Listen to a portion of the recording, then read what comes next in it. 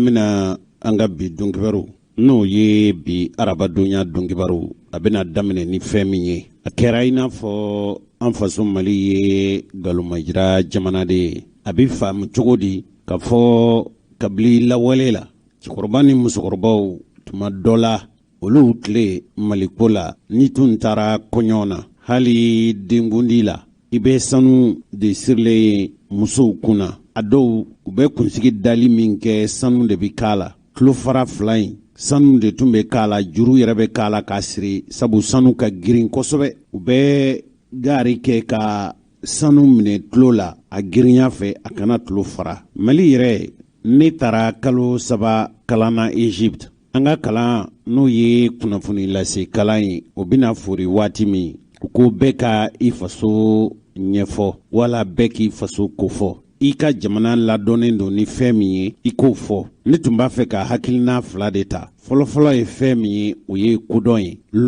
dɔnni dɔnniya min n'o ye o ye farafin dɔnni ye Mali tun lakodɔnnen don n'o ye ka se hakɛ min ma dugu bɛ anw fɛ hali n'a tun danna Tombouctou ma Tombouctou tun ye dɔnni dugu ye dugu kɔrɔw bɛ anw fɛ yan cɛkɔrɔba ni musokɔrɔbaw aw b'olu dɔn ka segin ne kan an ka jamana in ni kɔnɔ yan ka sɔrɔ tubabuw bɛ golo sɔɔri o y'a sɔrɔ an ka mɔɔw sera ka kɔɔri ci kɛ ka parata ka kɛ fini ye o tun bɛ don anw fɛ mugu donna anw fɛ farafin fɔlɔfɔlɔ minnu bɛ yen n'olu ye fara jini ka nɛgɛ bɔ a la farafin an ka kɛ duniya yɛrɛ maa fɔlɔfɔlɔ minnu ye nɛgɛ baara an ka jamana bɛ o la nka o yɛrɛ tɛ bi kuma kun ye ko ye n'i y'a ye ne ma dulɔni ta komi minnu bɛ aw minnu ye cɛkɔrɔba ni musokɔrɔbaw ye Mali ye dɔnni dugu ye i m'a ye ko mɔgɔya ye hakili ye o dɔnna Mali kɔnɔ yan ko mɔgɔya ye gasi ye o dɔnna Mali kɔnɔ yan de ko n'an ka to dun k'o bɛ Mali kɔnɔ yan ko dan tɛ hadamaden ka duniya sosigi la fo n'a kɛra sabali ye o dɔnna Mali kɔnɔ yan de o de la ni mɔgɔ ni ɲinɛna i ju jɔn kɔ i laban cogo b'i kɔnɔ guwan n'o tɛ jamana in u b'a fɔ fɛn min ma ko devise o de ye mun ye jamana yɛrɛ sigikan ni jamana taabolo jamana sigikun ko faso kelen laɲini fɛn kelen limaniya kelen o kuma in ka ɲi kɛ ɲɛ tubabu ni y'an ka maa kalannenw ka hakilinaw de ye n'o tɛ Manden yan maaya jujɔn tun ye fɛn min ye n'o ye Manden devise ye o de ye fɔlɔ ko k'a kodɔn fɛn min ye hadamaden n'i ma dɔnniya ɲini i kɛra faden sago ye dusukolo n'a dan'o ma n'a ma kɛ ni dɔnni ye ka lɔnni ɲini ka dusu ta i bi i ka hadamadenya bɛɛ lajɛlen kɛ sanjikɔrɔ wɔsi de la a filanan ye fɛn min ye ni cɛkɔrɔbaw ka kuma de ye o de la an ka jamana in kɔnɔ ko an k'a ɲini ka kodɔn sɔrɔlen kɔfɛ ko an ka tile sabu ni maa ye kodɔn n'i tɛ mɔgɔ laadiri ye n'i tɛ maa tilennen ye i ka kodɔn i b'a kɛ ni tiɲɛni de ye o de la ko ka kodɔn ko ka teli ko ka baara ka kodɔn ka teli ka baara maaya jidi sira filɛ nin ye ma ka nafolo caya tigiya sɔrɔ k'o tun ye Kanku Musa de ye o Kanku Musa a ye masaya kɛ Mali kɔnɔ yan ale ye sanu de donni ka taa n'a ye Maka ne balima dɔw sigilen don Madina Mali ka dugukolo sanni u taara yira ne na so jɔlen don a kan an ka masaw de y'a san nka an bɛ don min na i ko bi fila dɔw bɛ Madina jamana kan ani Maka a kɛra olu ta ye ka sɔrɔ faso ta tɛ k'olu ye Mali masa k'olu ye olu ka kabilaw ye olu de b'a dugukolo nafolo minɛ mɔgɔw bɛ Madina o y'o yɔrɔ yira ne na mɔgɔw yɛrɛ bɛ Maka o y'o yɔrɔ yira ne na hali bi a dugukolo bɛ yen wari bi minɛ a la koyi ne ye kuma nin fɔ Amadu Tumani Ture ye a ko Jose n ko n'i b'a fɛ k'a ɲɛɲini komi a tɛ balola bi n y'a fɔ a ye jamana an tun bɛ barosigi minnu kɛ ko baro n'o ye faso ka baro ye n y'a kuma fɔ a ye a ko k'a b'a ɲɛɲini a ɲɛ dɔnnen don yen hali an bɛ don min na i ko bi mɔgɔw de bɛ yen ko malidenw don nka fanba ye mɔbitikaw ye olu de bɛ ka nafolo ninnu minɛ a dugukolo dɔ fana taara dugukolo dɔ yira na Maka ani Misiri man jan yɛrɛ ko nin ye Mali masakɛ ka yɔrɔ sannen de ye anw ni jamanaw tɛ kelen ye ko jamana minnu ni sɛbɛn bɛ u la olu ka baara kɛlen don ni sɛbɛn ye o sɛbɛnw bɛ yen dɔw y'a fɔ ne ye Jose n'i b'a fɛ ka nin ɲɛɲini ka ɲɛ sɔrɔ a la i bɛ taa Turki de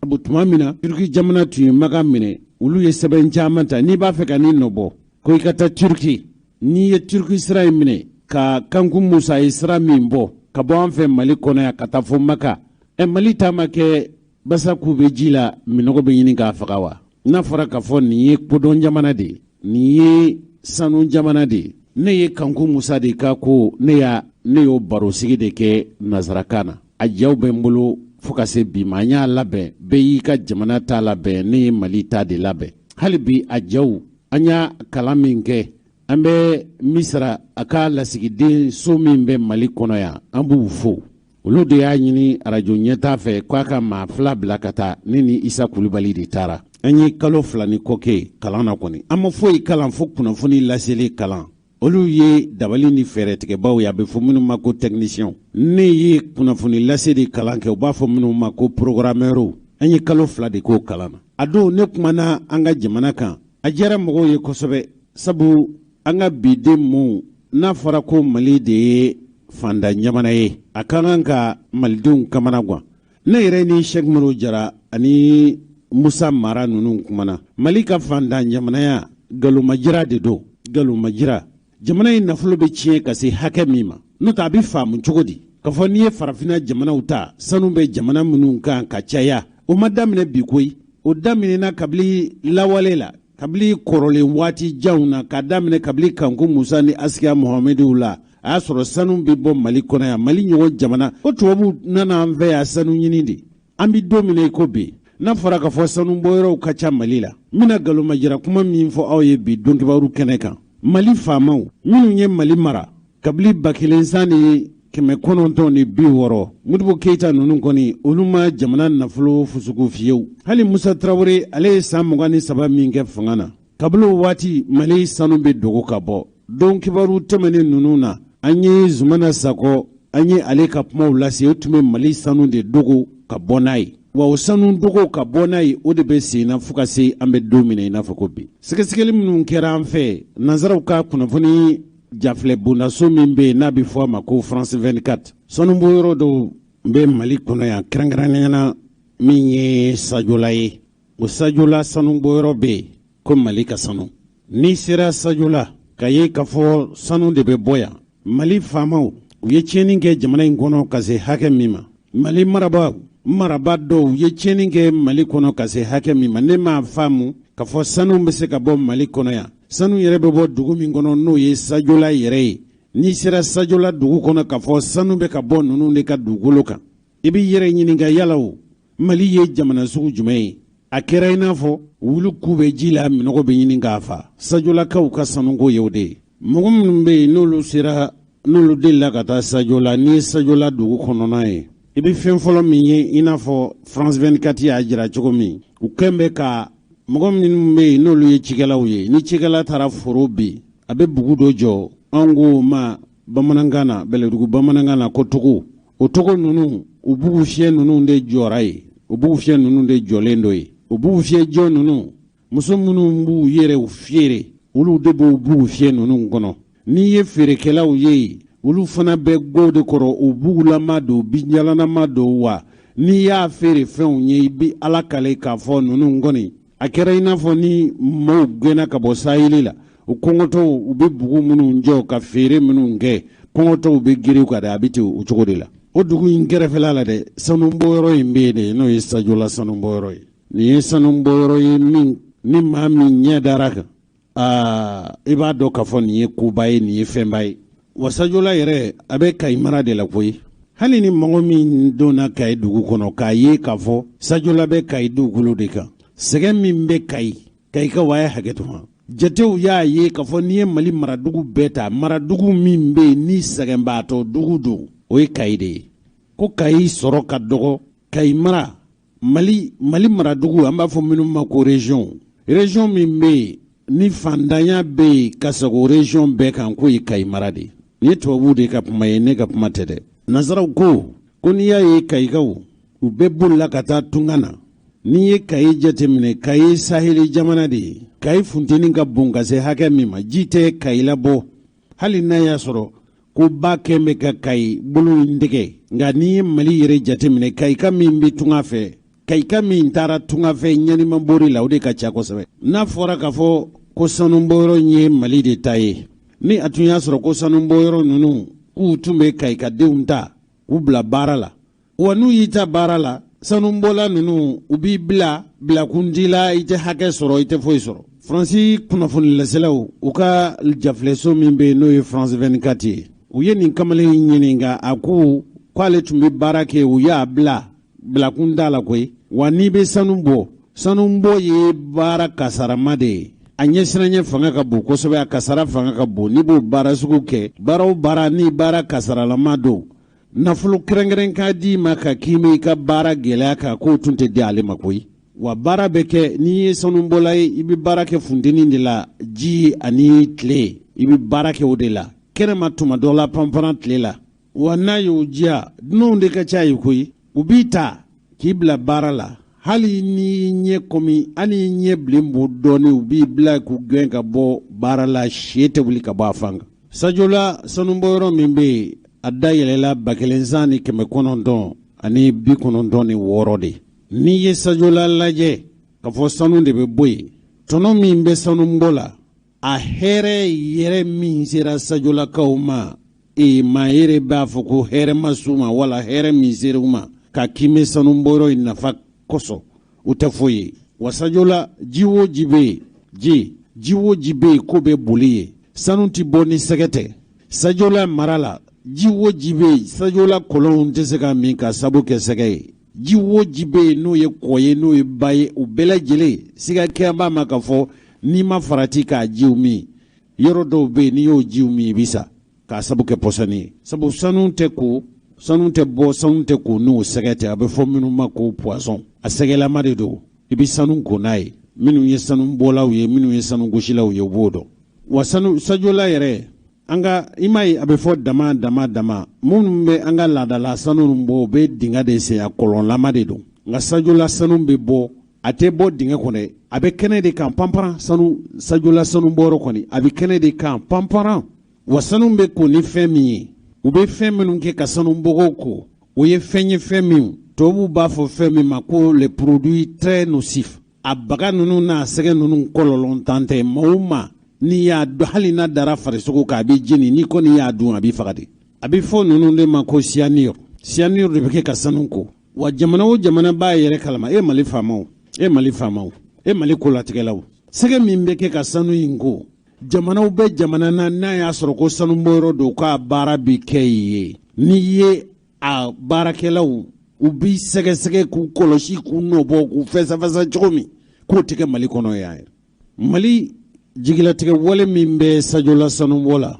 ka ɲɛsin an faso Mali ma nin y'a jigilatigɛ wale dɔw de ye cyanure min bɛ kɛ ka sanu ko a ka kan ka kɔlɔsi sabu hali bagan minnu kungo kɔnɔ bagan fara so kɔnɔ bagan ma fɛn o fɛn bɛ yen n'o nimafɛn ye n'o faratila ka s'a ma a b'o faga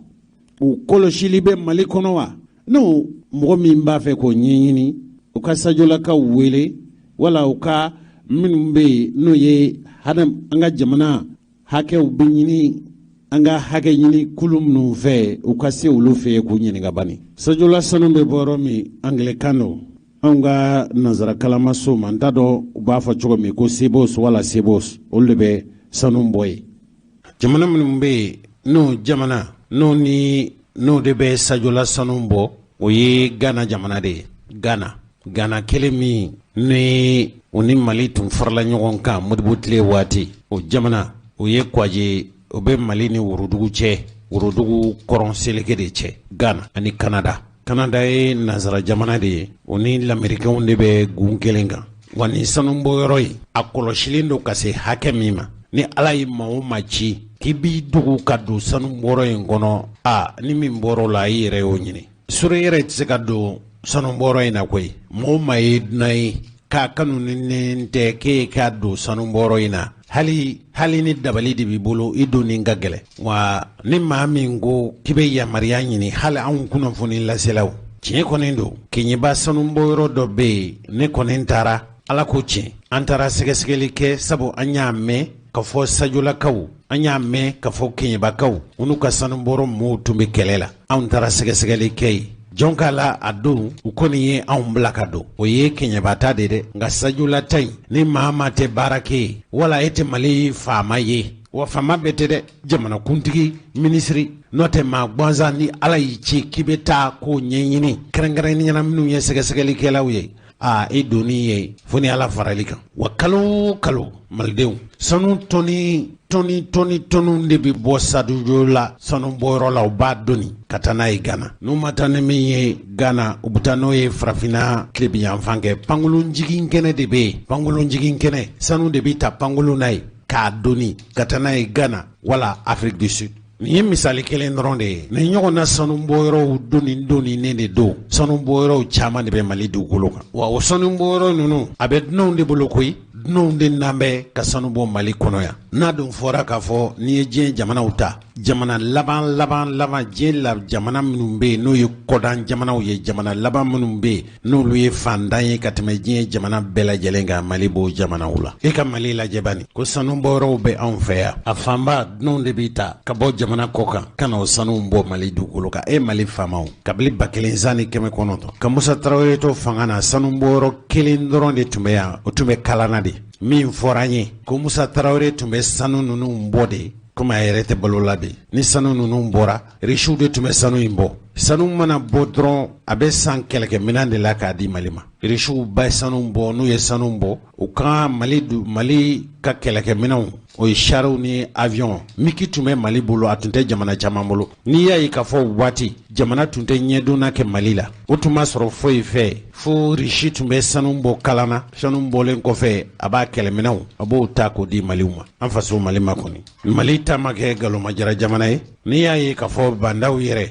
a sigira fanga na Zumana Sako Musa Tarawele tun bɛ waati min u tun bɛ Mali sanu dugu ka bɔ an ka dɔnkibaru tɛmɛnen ninnu Zumana Sako ɲininkara barosigi dɔ senfɛ a tun ye min fɔ an tɛna sego ka bi u tun ye sanu dugu Zumana Sako ka minisiriya bɔ jɔra o senfɛ ka sabu kɛ o de sabu sanu in tununa taafama y'a la Zumana Sako y'a kumaw fɔ an tɛna segin o kuma ninnu kan an tɛna segin o kuma ninnu kan an ka segin dɔ kan o basi la sanu in tununa cogo min kɛra sabu ye ka Zumana Sako bɔ minisiriya la kunkurunin dɔrɔn don a ko ale bɔra kalama tuma min a ye weleli kɛ min tun ye aéroport ɲɛmɔgɔ ye a y'o ɲininkali min kɛ kunkurunin don kana kuma furancɛ janya kosɛbɛ kana kuma caya kosɛbɛ kunkurun dɔrɔn de t'a la o ni Mali julaw dɔw ani mɔgɔ wɛrɛ kun bɛ min tɛ jula mais minnu tun bɛ julaw protéger Mali sanu kun b'o de exporter frauduleusement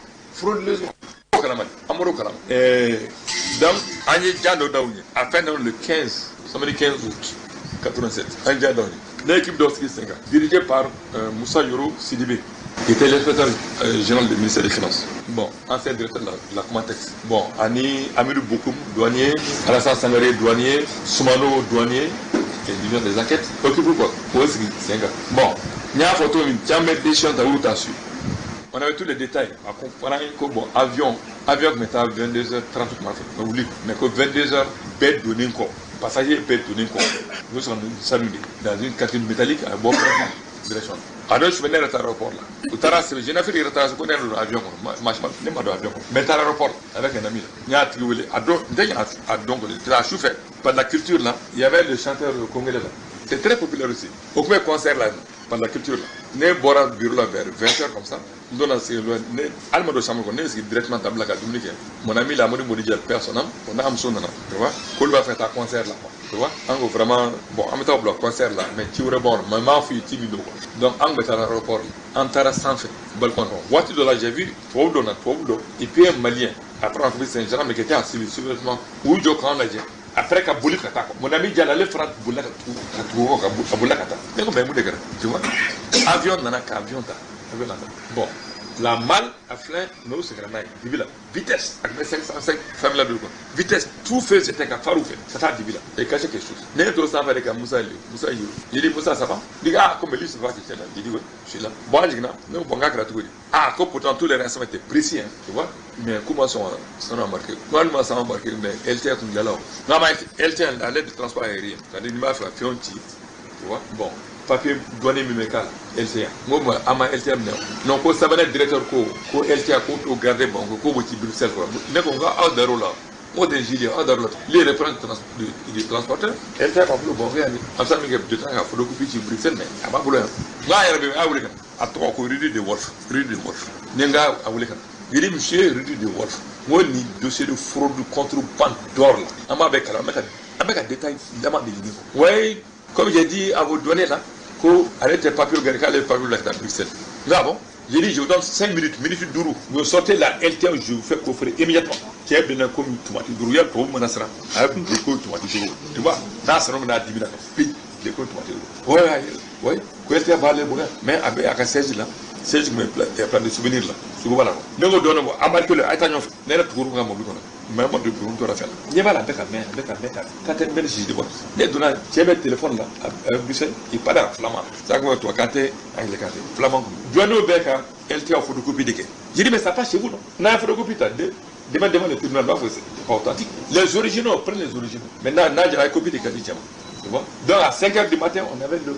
point déjà. Entre janvier 87, date de l'ouverture de la ligne Sabena Bamako-Bruxelles, et c'est 15 août 87, c'est plus de 11 tonnes et demi d'or, nous qui avons exploité frauduleusement. À 2 jours, fait 150 kg d'or, pour nous prendre exploité frauduleusement. Le directeur de la douane, Sanogo, avec M. Sebou, il y avait des gens là, il y a un téléphone là. Il dit, il faut qu'il rentre immédiatement, qu'il me trouve à Bamako à 8h du matin. On teste à 5h du matin. Moi, 8h du matin, je me trouve au bureau. Bon, là, j'ai des dispositions. Et j'ai dit, ah, tiens, le représentant de la Sabena, Rue de Wolf. Alors, on va aller contrôler quand même à Bruxelles, ou qu'on n'est pas gagné, qu'on a solution dans ce là. Non, il n'y a pas de solution sur là. Mais il y a Mali Charel, non, Mali Charel là. Une fraude de façon, la sanction c'est quoi? 6 fois la valeur de la marchandise. C'est-à-dire, marchandise exploitée frauduleusement. La valeur est 1 milliard. À mon avis, c'est 6 milliards. Au-delà, le moyen de transport, et au fraude que ni Bolifemi, à quel pangouri, à quel bateau, à quel négocié, au bec confisqué. C'est pas tout, hein. Le pilote, mamie, avion Bolivie comme on dit, il faut faire un négatif. Il y a des avions valeur régulière. Il dit quoi, la marque 30 milliards. Moi, à l'hôtel, à ma valeur. Tu vois? Donc, il faut prendre une disposition pour la compagnie. Et tout ça. Nous, en avant, le type était le chef parental du bureau de douane, l'aéroport. Le chef du bureau, c'était Mbali Akouyaté, personnel. Au premier stage de la France. Le intérimaire à Bladjara. Parce que moi, il y a toi qui es immigratoire. Moi, mais, fais quoi qu'à exporter. Pourquoi à m'embarquer? Il me dit que 10 heures, moi, fait. Sous 10 heures. Quoi, douane chef de Serra Lema, mis mes aéroports là. Ah, quoi, ça nous fait à embarquer sur la tête. Quoi, parce que quoi, douane au bien. Comme il est à l'air de douanier. Tu vois? Ne tun ye Zumana Sako ye. Zumana Sako kabalo waati Mali sanu bi dugu ka taa e ma Mali faamaw ye n'i ye Mali faamaw lajɛ ni min banana ni kunkolodimi ye maa min minɛ o b'i yɛrɛ donni ka taa i yɛrɛ furakɛ jamana kɔ kan yen dɔgɔtɔrɔsow nafolo min bi bɔ hakɛ de b'a la n'i ye Mali faamaw lajɛ jamana ye jɔyɔrɔ di maa minnu ma k'olu ye kolatigɛlaw ye n'i y'u ka sɔrɔ lajɛ ka sara wari lajɛ ngo de y'a to Sɛmari Konare ko sɛgɛsɛgɛli ko kuma min bɛ k'a fɔ ko ka Mali baarakɛlaw foroba baarakɛlaw ɲininka mobili hakɛ min bolo yeso hakɛ min jɔ e yɛrɛ duguta banbali min n'i b'o kɛ ka taa jigi dakabana hôteliw la jamana kɔ kan ko ni Mali foroba baarakɛ ɲɛmɔgɔw ɲininkara b'o nafolo bɔ yɔrɔ min k'a bɛɛ bɛ taa kaso la mɔgɔw ye minisiriya kɛ Mali in kɔnɔ yan u ye san kelen kɛ minisiriya la u ye so minnu jɔ a bɛɛ bɛ yan e tɛ Bamakɔ falen don dakabanasow la wa sɔrɔ ɲini ni sɔrɔli o tɛ baasi o jamana jɔli tɛ baasi o nka n ye jamana in lajɛ ko Mali ye sɛgɛnbaatɔ jamana ye kun bɛ Bamakɔ yan ne taara ye daga tɛ sigi olu ka so n'i y'a ye k'a fɔ malidenw bɛɛ bɛ boli ka taa tunga fɛ mun de y'a kɛ baarantanya de y'a kɛ o i ma ye Amadu Kumani Ture Ala ka yafa k'a ma an ka barosigi dɔ senfɛ k'ale y'a fɔ Faransi jamana ɲɛmɔgɔ ye ko baara bɛ Mali la ko Faransi kana sɔn ka visa di malidenw ma a nana wajibiya ATT kan a k'a fɔ k'ale da ma fɔ ko tubabu ko k'a y'a fɔ k'ale ma fɔ ATT ko k'ale ma fɔ k'ale bɛ se cogo di k'a fɔ ko maliyɛnw tɛ taa kɔ kan n'i y'a ye an ka mɔɔw bɛ boli ka t'u yɛrɛ ni halaki kɔgɔji sanfɛ hali n'i ye tasuma de hali n'i ye kɔgɔji yɛlɛma ka kɛ taji de ye taji min mɛnɛnen don an ka jamanadenw bɛ bɔ sabu hɛrɛ t'u faso kɔnɔ wallahi hɛrɛ t'u faso kɔnɔ ni hɛrɛ bɛ Mali dugukolo kan malidenw bɛ bɔ ka taa yɔrɔ jumɛn o de la tungafɛ tabaw wallahi aw ni foli ka kan malidenw minnu segin bɛ tunga fɛ Kayi mara Kayi yɛrɛ dɔrɔn tɛ tuguni Mali yɛrɛ yɔrɔ bɛɛ don hali tuma na tuma min ni tun ye jateminɛ kɛ an ka ka daminɛ Mopti mara la Segu yɛrɛ kɛ ka daminɛ Segu ka taa fo Gawo olu tun tɛ taa yɔrɔ la nka Mali yɛrɛ yɔrɔ jumɛn bɛ bi k'a denw tɛ tunga fɛ o tɛ o de la basi la tunga fetaba nunu ni fodi ka kan dɛ an balimamuso dɔ y'u fo cɛ Mali faamaw tunga fɛtabaw aw minnu segin bɛ tunga fɛ ni sɛgɛ ye an balimamuso dɔ bɛ yen a tun y'aw tanu basila a ɲini an ka jigin ɲɔgɔn kɔnɔ an ka kokɔrɔw jigin ɲɔgɔn kɔnɔ min ye tunga fɛtabaw tanu ni bamanankan ye ne balimamuso Aminata Dramane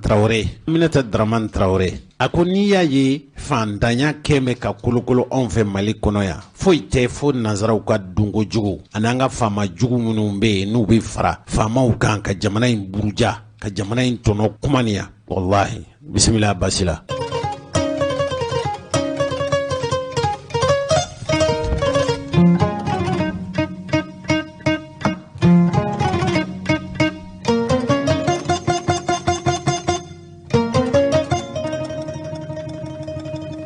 an balimaw nanzaraw olu ka kunnafoni fasilase sɛbɛn dɔ bɛ ko Le Monde Afrique a ko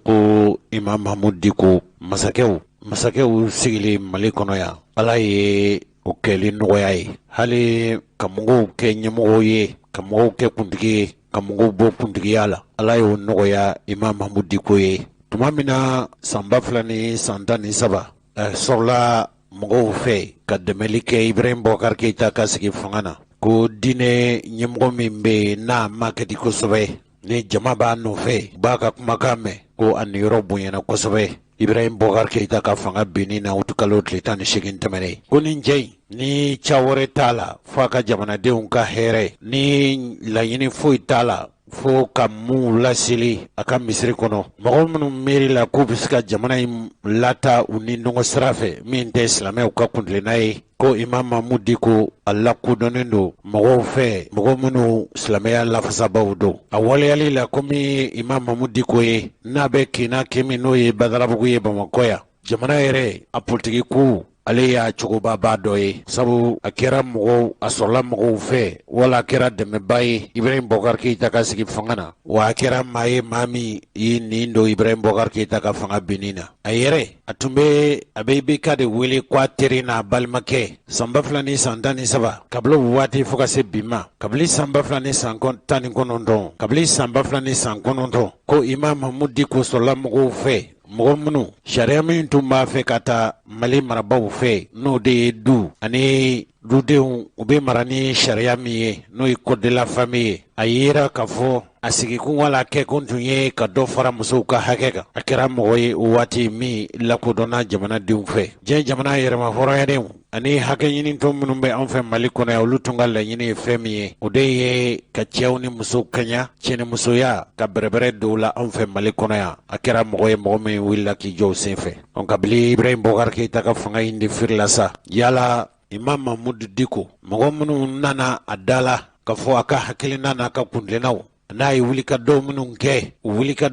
wulikajɔ ninnu k'u bɛna fara k'a ka kuntilenna ninnu n'a ka hakilinaw bɛ se ka sabati cogo min yala o mɔgɔw tɔmɔcogo de ma ɲɛ wa sabu a kɛra tuma dɔ la dɔw fɛ ko maa sugu bɛɛ tun kɛra nafɛn ye Ibrahim Boubacar Keïta ka fanga in a dafirilen kɔfɛ Imam Mahmud Dicko a mankan sumana dɔɔni o de senfɛ sa kɛrɛnkɛrɛnyana min ye kɔsa in na ye mɔgɔw bɛ mɔgɔw la minnu y'u kanbɔ caman bɛ yen olu ye mankutu tiɲɛ ta ka Imam Mahmud Dicko sɛgɛrɛ dɔgɔkun tɛmɛnen a fɛmaw u tun ye wulikajɔ kɛ juma tɛmɛnen ka jira k'a fɔ janfa minnu labɛnnen don ani mɔgɔ minnu nana ka na don Imam Mahmud Dicko senkɔrɔ ka u sago sɔrɔlen dɔw ta ye u ka laɲiniw ma sɔrɔ ye dɔw ta ye an sago sɔrɔla olu ka kɛta n'u ka fɔta n'u ka walew o kɛra sabu ye dɔw bɛ ka Imam Mahmud Dicko ka sɛbɛkɔrɔ kɔrɔfɔ bɔlɔlɔw ani laseli kɛnɛw kan nka hali bi sabu mɔgɔw bɛ mɔgɔw la minnu kɔni limaniyɛnen don k'a fɔ jugusago kuma minnu bɛ ka fɔ mankutu tiɲɛ kuma minnu bɛ ka fɔ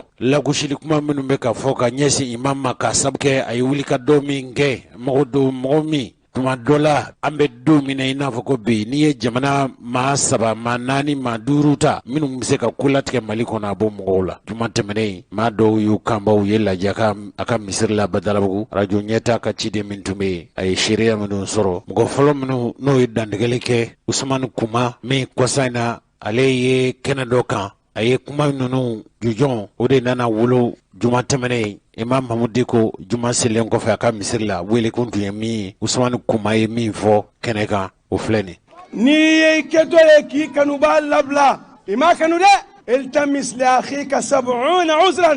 شنو هذا فاني ني ماما كانوا نافرا نينكه يبقى فلعل نينيرو لا كان جرين كادو يسكن كنا بدا سلامه ابا سلامه نيغو لسرata aye mumini aba mun nyogo luzrata aye foka boda de dama otmana slamia yere kono slamia bankala dara mumina je ko wonko na fara ko jugo do walma ka ke wala jugo do fo e yere nye ani bulo ani tlo ika shedan dangani asoro nganya fo nyame o mimbi ka nga mali kongo bi ka mali tibi ka mali yere ke bi ka kanuba fara bi ka teru fara bi ka sinju fara bi ka sigidala mo ko do nyoma bi ka barake ro kuya bi anga nchesira anga nyero jana kabula sabi crack ngaranye iyakum wallanna fa inna dhanna aksabu alhadith aya chogodo aka yera koloshi ka bonya jigi made anya fo odongo dalele no au mama niko kima fen famu imamu ka kuma kauna aka tabulo la aka kewalo la anwele amitika so anye min fama mo fie no manye abita midani ya refi abita mo kan klenia jime mitemo kan la dira jime mitemo kan ngaso delele no sunu kle jamana dembeye chrétien yo fembe tabulo mo be ni maldenye kama imam mamadou tiko ka delele nuyi kabo ka awfu ala kama kabo ka fo aya hachesri kabo ka fo ni cheba angana so aka bele na benambulo ku ya nye kan so na ka ku ya nye ka so ala ma ku ya yereye ama ku ya onye na ka tabule anga do anga dine daraka kantike anga demande daraka kantike anga horiya daraka kantike anga maliya daraka kantike anga tamitika daraka kantike anga faso de nyuma daraka kantike no kera jugu bu sago soro malila imamute bu sago soro malila nyinni ti imamu ye ko imamu kanu ba ka famu burujali mi ga ke nyinni mi ga ke imamu no fago to ko tere jamana no feto ko dedo horiya no feto ko dedo dino no feto ko dedo no te utisonyoma mali don ba joli bi jamana kono mali san joli ke don ba kono mali kire ni banche sampa hirka dedo abakere don bo nyina nga joni to gal masoro burujali soro chinya ko fe faso kanu ko fe tlenia ko fe ko parsigo bi ka min fo akonten tangene ala tate okuma imam kanu bo amba demina signyo na badara bugu ko ni che ani baraji badara bugu jenesi wallahi sayyidna umar yakuma da fo misiki kuma enka aya fo madina ko na ansaru nyana nahnu unsur al-awwal li hadha ad-din fa in tamassakna bihi azana Allah wa in taraknahu azallana Allah aw arabu aw ne dinai prodi folay badara bugu kaw imamu ka hakilla islamiyya la pasali sunna yirwali tabula kanuni no ya ala kraka no fe tama o sra yirwali nan no nya bela jelenye aw de jama kulu folo ya nin tleina bi na ya yoro janya abi yebede anyo yew mugu tira yande kise tira yande nu bora yande aw de yaw disida ni ambisa fanga sakabante makatika dugula aw ni che badala buko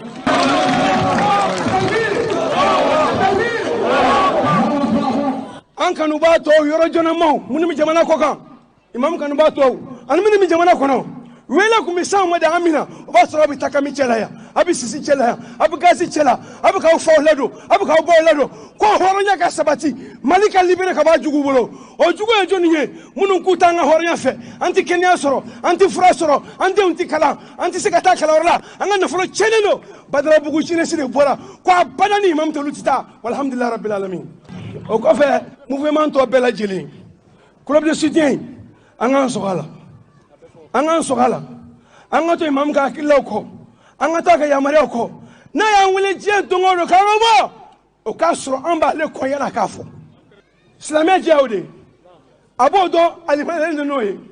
ayo folla se mali chena musobema kala sa de nyogon bema kala sa baraga nyogon bema ko ne digo kelende de ne bi fengo fenna awde faralanka o kuma na mamunu o bika club indeme nu kan na floye jamana kono jamana koka aka don fengo fembina ababita tasrala wa ansemba la ambulo bala antikari kabo imam ma bada fonu ye anke ala sagoye ala kanu fana duma nyonte ami imam ko fa ka kilawla amba ko fa ka tabulola ami do oke ala ka imam la kenya ala ka koloshi ala ka tanga ala ka kana jigiye ala kana labla ana balmakɛ ɲɔgɔn sirifikɛ ala k'u mɛn an ɲɛfɛ ala k'u mɛn ka diinɛ in lapasa ala ka n'u fara ɲɔgɔn kan diinɛ in ka taa ɲɛna ala ka n'u fara ɲɔgɔn kan jamana ka taa ɲɛna ala ka n'u fara ɲɔgɔn kan hɔrɔnya taa ɲɛna ala ka n'u fara ɲɔgɔn kan jamanadenya ɲumanya ani jogo ɲumanya o kanu n'u ka taa ɲɛna a ye dugawu kɛ o tuma badalabugukaw imamu kanubaw ani minnu jɛra ɲɔgɔn fɛ fana mouvement in bɛɛ lajɛlen na n b'o fɔ n ka kuma na kuma bɛɛ n'o y'a yɛrɛ la n'o ye M5 ye hakilila la faamuya la ala ka barika don taabolo bɛɛ lajɛlen na mɔgɔ mɔgɔ ko ka diinɛ lapasa mɔgɔ mɔgɔ ka gɔrijɛgɛniya kɛlɛ mɔgɔ mɔgɔ ko an ti yamaruya di ka cɛw ni musow ka kɛlɛ ɲɛ tiɲɛ na an b'i kɔ bi an b'i kɔ sini ala ka n'aw dɛmɛ hakɛto bɛ nin kan sallallahu muhammadin. An balimaw nin tun ye Usumani Kuma ye min ye Bubula ye ale fana a lakodɔnnen don ne ni Bubula ka ɲɔgɔn dɔn a sɔrɔla kabili 1900 a ka ca ni san 15 ye bi kabili an bɛ baara kɛ arajoso dɔ la ale tun ye lamɛnnikɛla ye o arajoso la a laban a nana kumada sɔrɔ ye a b'o baara de la fo ka se bi ale fana tun bɛ kɛnɛ kan a ye min fɔ kɛnɛ kan Bubula kɔni o kumakan ninnu olu filɛ nin n bɛ prɛsi bɛɛ fo n'an bɛna bɔ hali n'a bɛ kɛ a bɛ lakale sisan an kununa sa o an ɲan makun u ko k'a tɛ se k'i makun ni maaw bɛ cɛ in dɔn u tɛ kuma ala ka mɔgɔ dogolen don waliju don anw tɛ k'an b'a la an b'a kɔnɔ de an wasalen maa caman ye fɛn sɔrɔ Diko tɔgɔ la ka balo Diko la mais n'olu bɛ kuma bi an b'a ye u tɛ a tɔgɔ fɔ tugun anw ma balo Diko la koyi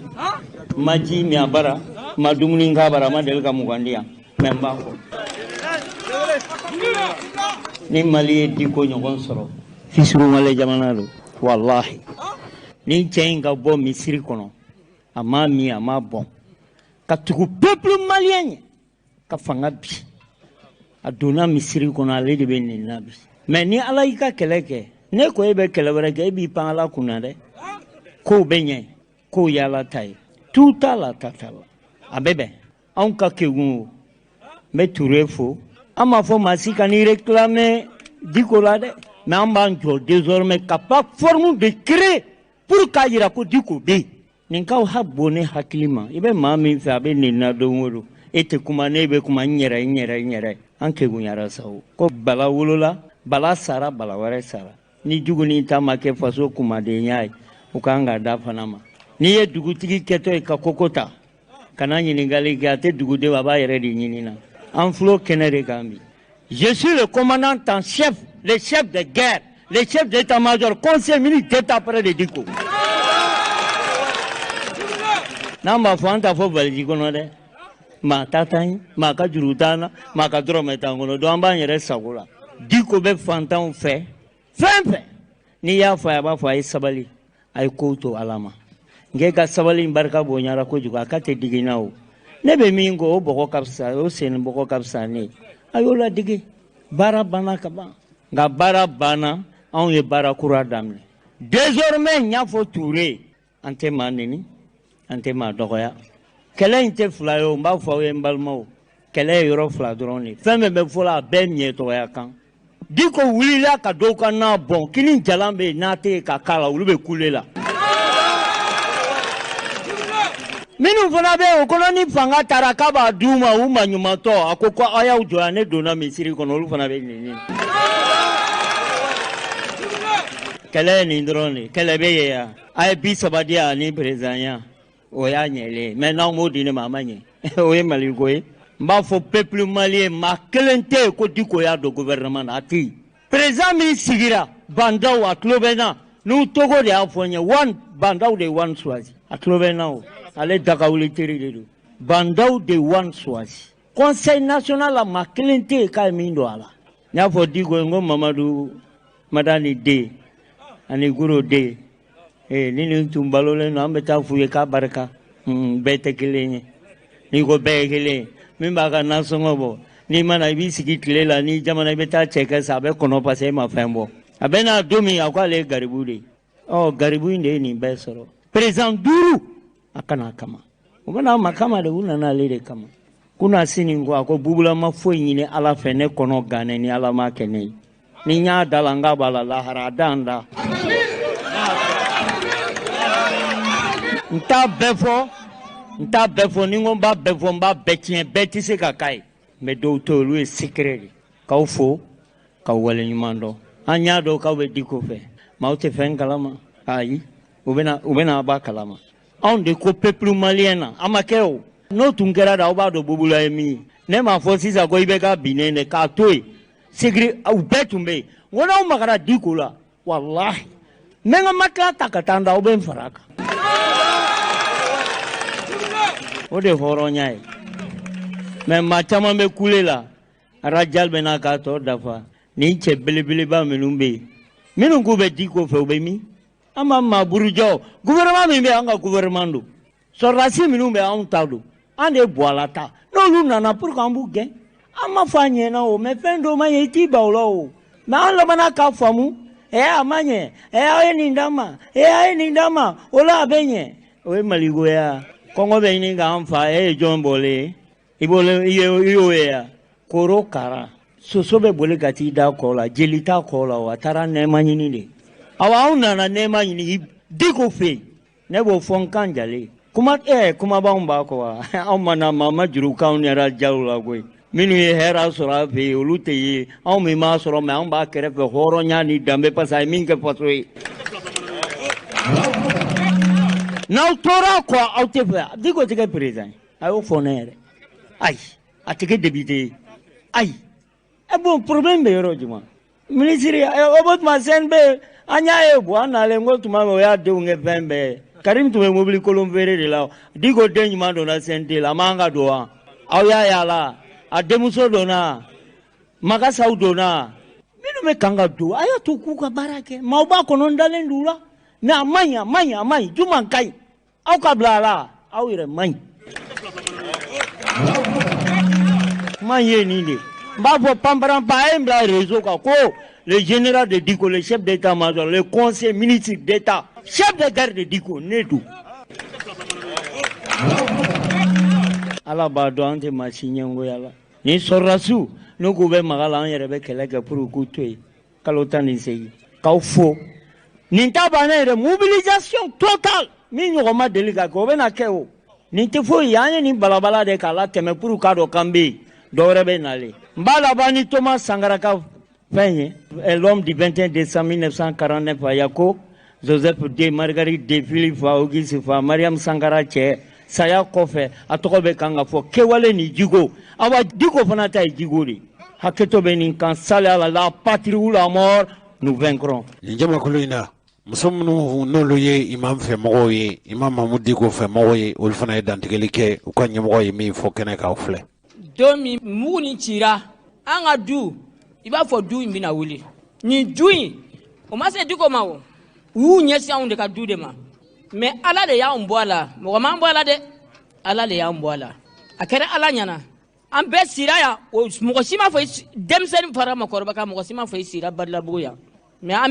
be diko fo ka wali nyman do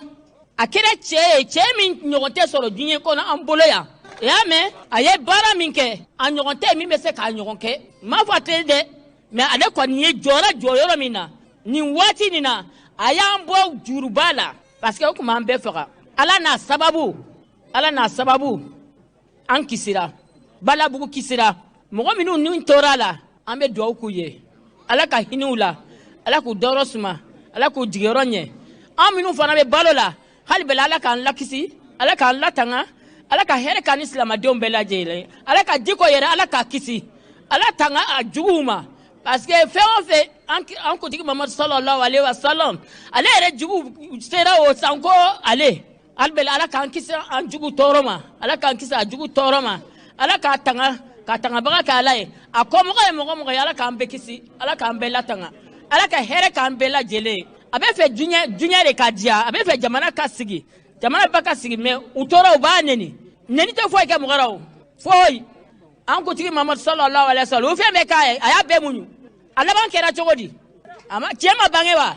ni fana na me na o me na cheme bange inshallah anya ira alala anya ira tigila anya me alele ya bange alele bansa nu ya jera yo ka diko mina ma je o kana diko mina yere diko te foi lawo diko deji ma be ba ministeriala a den juma be fangala a muso juma be fangala abe alimamiya de la o y'a ta alimamiya de la ala kama akira kama abe mɔgɔw sedi alhamdulillah an b'a la tan dɔw la ni mɔgɔw k'u t'a fɛ an b'a fɛ su ni tila an ka foli bɛ Diko ye ala ka hɛrɛ k'a ye ani silamadenw bɛɛ ala k'an laban ɲɛ ala k'an ni diɲɛ farako ɲɛ ala ka n'an sɔrɔ kɛ diɲɛ assalamu alaikum warahmatullahi wabarakatuh. An balimaw nin tun ye seereya sɔrɔla mɔgɔ minnu fɛ aw bɛɛ lajɛlen aw bɛ rajal dɔn ale fana tun bɛ kɛnɛ kan ye dantigɛli kɛra a yɛrɛ fana fɛ a ka dantigɛlikan ninnu olu filɛ nin. An balimaw an b'aw fo ka wale ɲuman dɔn aw ye bɔli min kɛ Bamakɔ quartier bɛɛ kɔnɔ ka se yan bi a y'a yira an na k'a fɔ Imam Diko utukalo tile 18 Diko kelen de bɛ yan bi kuma min bɛ ka fɔ à travers les ondes radio b'a la réseaux sociaux b'a la a kuma ninnu cayara ka se hakɛ la Imam ko an ka sabali ye tiɲɛ ye nka diinɛ la tiɲɛ don an kan ka sabali nka ni dansagona an kan ka bɔ mɔgɔ minnu b'an ni ko in kɛbagaw cɛ k'u labɔ ko kalama o kɛnɛ de nin ye nous sommes là pour informer l'opinion nationale et internationale par rapport à ce qui se passe sur les réseaux et sur les radios de la place. Imam Mahmoud Diko jama min bɛ yan bi a si tɛ yan ka fɔ Diko ye Diko ye a bɛɛ bɛ yan Diko ka kɛta jama de bɛ yan n'a y'a sɔrɔ a tun ma ko kɛ bi ni jama tun tɛ se yan donc an ko min bɛ ka don mɔgɔw kun na ko k'a fɔ Imam Mahmoud Diko a tun bɛ cogo min na a tɛ ten bilen aw minnu bɛ so kuma dɔ la ni kuma da t'aw bolo aw bɛ da kuma ninnu na Diko ka girin bi ka tɛmɛ kɔrɔlen kan donc il faut que o suspense ka bɔ bɛɛ la objectif ba kelen de bɛ yen laɲini jumɛn bɛ yen sisan an bɛ ka se kalata ma kalata tɔ tora san 2 komi an bɛ décembre la tɔ tora san 1 président min kan ka na ni imam tora ni position na n'an ma farati ni Diko ko ka min ta jamanadenw b'o ta k'an ka ko bɛɛ kɛ bi an ka labɛn kɛ ka se ka Diko jolo kari ka bɔ yen n'an bɔra Diko la an b'a ɲɛsin jɔn ma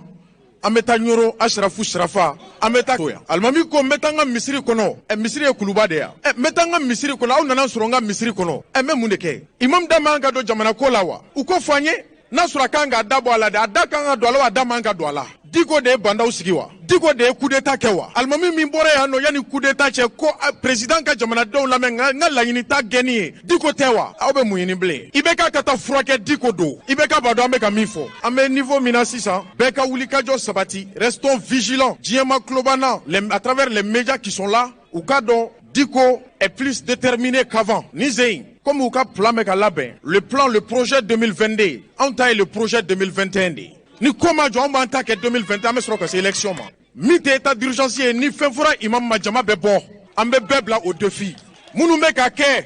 ka kɛ ala ye imam ka tiɲɛ dɔn bange bi an bɛ jumadonya la bi a ko n sabalila ala yɛrɛ ko n faralen don sabalibagaw kan Diko ka sabali tɔnɔ bangena mun na bi aw ni n'o bɛɛ b'o kalama hali n'an t'o fɔ aw ye ala bɛ a ka jɔn ɲumanw ka kiri tigɛ wagati kɔnɔ wagati min na u mago b'a la joona kun fayakun Diko de ye mɔgɔ ye Mali kɔnɔ n'a kumana a bɛ dɔ k'a kumana a y'i ja a b'i ja Imam Diko il est le plus populaire du Mali jɔn de bɛ se ka ni jama bɔ ka fara ɲɔgɔn kan à l'intervalle de quelques jours a y'a lajɛ nin y'a ye fɔlɔ jama min bɔra bi an ma labɛnba kɛ nata la an bɛna weleli kɛ kɛnɛw kan kɛnɛ minnu tɛ nin ye Diko fɛla ko tun tɛ nin ye nka an bɛ fɛn kelen fɔ k'o fana to yen imam a ka kumalasela ko an da tɛ s'a ma bi nka baaraw bɛna kɛ plateforme kura fɛ ɲɛ bɛna sɔrɔ la wa ɲɛ bɛna ɲini o la an b'a da aw tulo kan imam ka kumalasela kura a bɛ yira la a tɛ mɛn bilen donc yɛlɛma baaraw daminɛra an bɛ kuma jɔ nin yɔrɔ la aw kɔni ka to lamɛnli la aw ka radiow la o aw ka télévision na o fɛn o fɛn n'a kuma sera a ye wuli aw k'aw tulo majɔ aw ka wuli ka na kɛnɛ kan ka da kan Diko a lagosili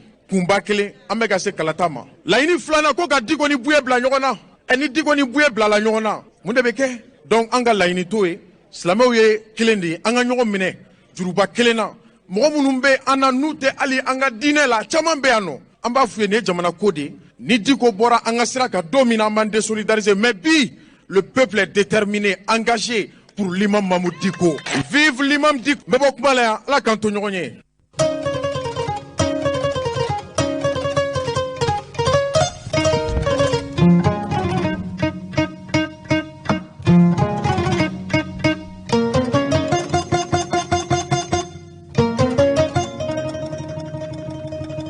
balimaw Mopti mara kɔrɔsigi bolo min n'u k'a ma ko conseil régional de Mopti o ni jamana minisiri bondaso min sigilen do baarako ani baaradege ko la an fɛ Mali kɔnɔ n'o ye Mohamed Saliya Toure ye alamisa tɛmɛnen n'o bɛnna novembre kalo tile 16 ma olu ye baara boloda ye baara in ye fɛɛrɛ bolodalen ye n'o ye kalan fɛɛrɛ bolodalen ye a dɔgɔyalen denmisɛnnin 100 ɲɔgɔn bɔɲɔgɔnko ye olu minnu n'u tɔmɔna jamakulu min ye maa 2,377 ye Mali yɛrɛ a ca dabali ni fɛɛrɛ sɔrɔ cakɛbondaso min bɛ yen n'u k'a ma ko agence pour la promotion de l'emploi des jeunes nafolo hakɛ min donna nin baara in da fɛ sefa wɛrɛ ye $200,000 ni $19,000 ani $100,000 ani $30,000 $100,000 ni $20,000 ani $100 ni $90 ani $2 ni $10 ninnu ye baara ɲini fɛɛrɛ ye a dabɔkun ye denmisɛn minnu bɛ yen olu bɛ se ka ladege baara ani baara ɲɔgɔnya ani baara fɛɛrɛ o dabali n'o fɛɛrɛw bɛ se ka sɔrɔ cogo min jamana yɛrɛ a baara ɲini ani a baara dege o ɲɛɲini ni minisiri n'o ye Mohamed Saliya Toure ye juma tɛmɛnen ale yɛrɛ tun bɛ kɛnɛ kan hakilina min nana ni baara ninnu ye a kɛra kɛnɛ de senfɛ kɛnɛ min n'a bɛ fɔ a ma ko bourse de l'emploi i n'a fɔ baara ɲinini ani baara sɔrɔlen ɲinini o sugu dɔ bɛ dayɛlɛ maa minnu bɛ yen n'olu ye baara ɲininaw ye minnu bɛ yen n'olu bɛ se ka baara di baara yɛrɛ tɔ sɔrɔ sira minnu bɛ yen a kɛra o de kɛnɛ kan u ye tile 3 de k'a baara la denmisɛn minnu n'olu sigilen don Bajangara o denmisɛn ninnu baarako kɔnɔguwan ni baara haminako minnu bɛ u la ɲɛ bɛ se ka sɔrɔ u la cogo min ye Madame Danbele Madima Sisoko ye ɲɛmɔgɔya bondaso min sigilen don cako la an fɛ Mali kɔnɔ yan a ye kɛnɛ in sigikun fɔ an k'a lamɛn. Ministère min ɲɛsinnen don denmisɛnninw ka baaradege ko ani denmisɛnninw ka baarako ma o b'a jateminɛ a ka département fɛn o fɛn bɛ yen minnu bɛ se ka laɲini kɛ k'o di denmisɛnninw ma walasa ka denmisɛnninw ka baarako sabati ou bien denmisɛnnin minnu b'a fɛ ka baaradege kalan walasa k'o sabati o y'olu bɛɛ an y'olu bɛɛ fara ɲɔgɔn kan. An balimaw nin tun ye Madame Danbele Madina Sisoko ye o Madina Sisoko ale de ye ɲɛmɔgɔ min sigilen don jamana yɛrɛ cako la o ɲɛmɔgɔya bon n'a bɛ fɔ a ma ko direction nationale de l'emploi o kalifalen don ale de la bi min ye sa moptikaw yɛrɛw ka mara ɲɛmɔgɔ kɔrɔsi kulu min sigilen don n'o k'a ma ko conseil de cercle o ɲɛmɔgɔba n'o ye Abdoulaye Garba Mayiga ye olu ni don kun nin ko la a ye fɛn min fɔ o filɛ nin an y'a ɲini ka na yan nɔ ministère ka yamaruya kɔnɔ walasa ka denmisɛnnin caman jukɔrɔma tondo u bɛ se ka baara sɔrɔ yɔrɔ cogo min kɛn yɛrɛ ye baara de ka ca a la o de kama an sɔnna ka na yan cogoyaw bɛɛ bɛ kɛ denmisɛnninw ka kalan wa n'u kalanna u tɛ bila u yɛrɛ ma i mana min kalan minɛn bɛ ta ka d'i ma i k'o baara kɛ. nin tun ye Mopti conseil de cercle o kuntigi n'o ye Abdoulaye Garba Mayiga ye nka min ye minisiri yɛrɛ ye sa n'o ye Mohamed Saliya Toure ye a fana ye dantigɛli kɛ ani ɲɛfɔli kɛ a kɛnɛ kan minisiri ye kuma minnu fɔ o kuma ninnu filɛ nin basigi kuntalajan an bala k'o de ɲini an ka jamana ye basigi kuntalajan sɔrɔ cogo foyi t'a la n'an ka denmisɛnninw n'an ma an ɲɛsiw ka baara ko n'u ka baaradege ko n'i ko baara ko f'i ka u bila baaradege sira kan donc o kama an b'a dɔn gɛlɛya fɛn fɛn bɛ jamana in camancɛ yan fan kan an ko a ka kan nin burusu in kɛyɔrɔ fila wɛrɛ foyi t'a la ni Bayangara la an kɛlen ka hakilina ta fɛn caman fɔra an ko k'an t'a bɔ a dɔn kɔrɔ an t'a yɔrɔ falen an bɛ taa kɛ Bayangara bari sabu gɛlɛya bɛ yɔrɔ min na an bɛ nin baarasiya minnu na ni bɛɛ bɛnna k'a fɔ gɛlɛya bɛ yɔrɔ min na baaraw kan ka taa kɛ yen donc o kama n bɛ o foli di Bayangarakaw ma kosɛbɛ kosɛbɛ parce que u yɛrɛ ye wulikajɔ min kɛ yanni an ka se yan an y'a ye k'a fɔ baara camanba de kɛra yanni an ka se yan minɛn minnu na d'u ma nin kɔfɛ k'a ɲini u fɛ u k'u janto a la kosɛbɛ moto pompe 20 o bɛ na di Bayangara ma nin ko ye machine dɔw bɛ yen baarakɛminɛnw dɔ don a bɛ kɛ ka jaba tigɛ an ye o machine 10 san o bɛ di Bayangara ma ani tracteur kelen ani moto tricycle n'an b'a fɔ a ma ko katakatani. An balimaw fo ka perepere di aw ma k'a fɔ an ye kibaruya in sɔrɔ ka bɔ an ka jamana yɛrɛ ka furuba laseli bon ORTM olu ka ciden minnu tun bɛ kɛnɛ kan olu de y'a an somɔgɔw sama nin kibaruya ninnu na.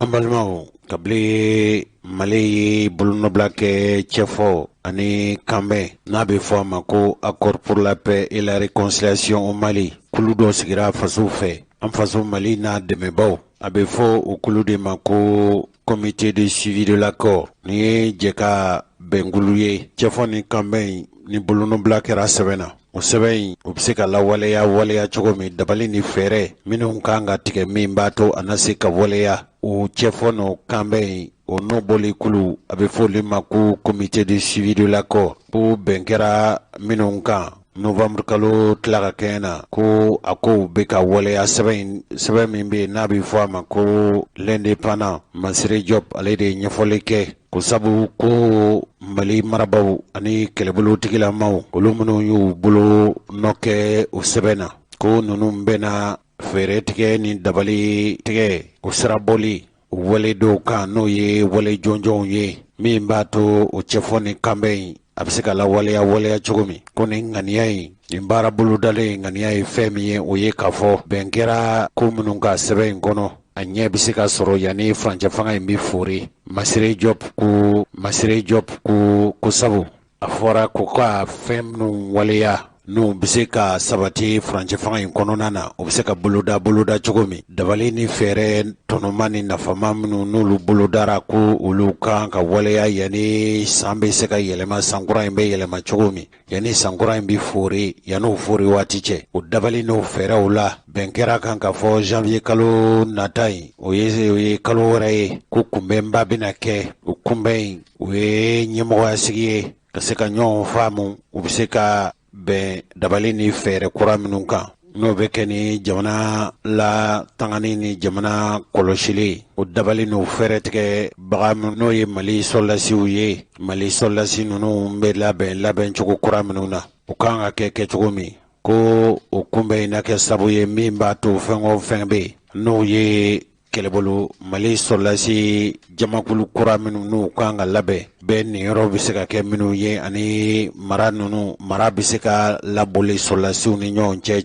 cogo min u ka laɲini filanan fana ye fɛn min ye o ye k'a fɔ sɔrɔdasi minnu bɛ yen n'o ye Mamudu Tilenw ka kɛlɛcɛw ye minnu bɛ yen n'olu kan ka kɛ sɔrɔdasiw ye olu bɛ se ka kɛ sɔrɔdasiw ye cogo min minnu yɛrɛ tɛ se ka kɛ sɔrɔdasi ye marifa bɛ minɛ olu la ka se ka ca wɛrɛ d'u ma nka yan'o cɛ ka ninnu bɛɛ lajɛlen lasago ka pɔlɔnpɔlɔn dabila sabu fɛn tiɲɛni caman bɛ o yɔrɔ kofɔlen ninnu na a sabu tɛ foyi ye o ye marifatigiw ye kɛrɛnkɛrɛnnenya na minnu bɛ Kidal Gawo Tombouctou ani Minakata hali minnu bɛ yen n'olu ye kɛlɛbolo ninnu ye bɛɛ lajɛlen welelen don nin furancɛ in kɔnɔ bɛɛ ka na n'i ka cɛdenw ye maa minnu bɛna sugandi k'o kɛ Mali sɔrɔdasiw ye cogo min yanni san 2021 bɛ fori hali o sɔrɔdasi minnu n'olu bɛna ta ko an ka ta cogo min finitigi ninnu bɛɛ b'a la hali minnu ye polisi kuraw ye wa hali o sɔrɔdasi o kɛlɛcɛ ninnu n'u kɛra sugandi fɛn ye n'u kɛra tɔmɔfɛn ye u bɛ taa sɔrɔdasiya la k'u kɛ jala minnu bɛ d'u ma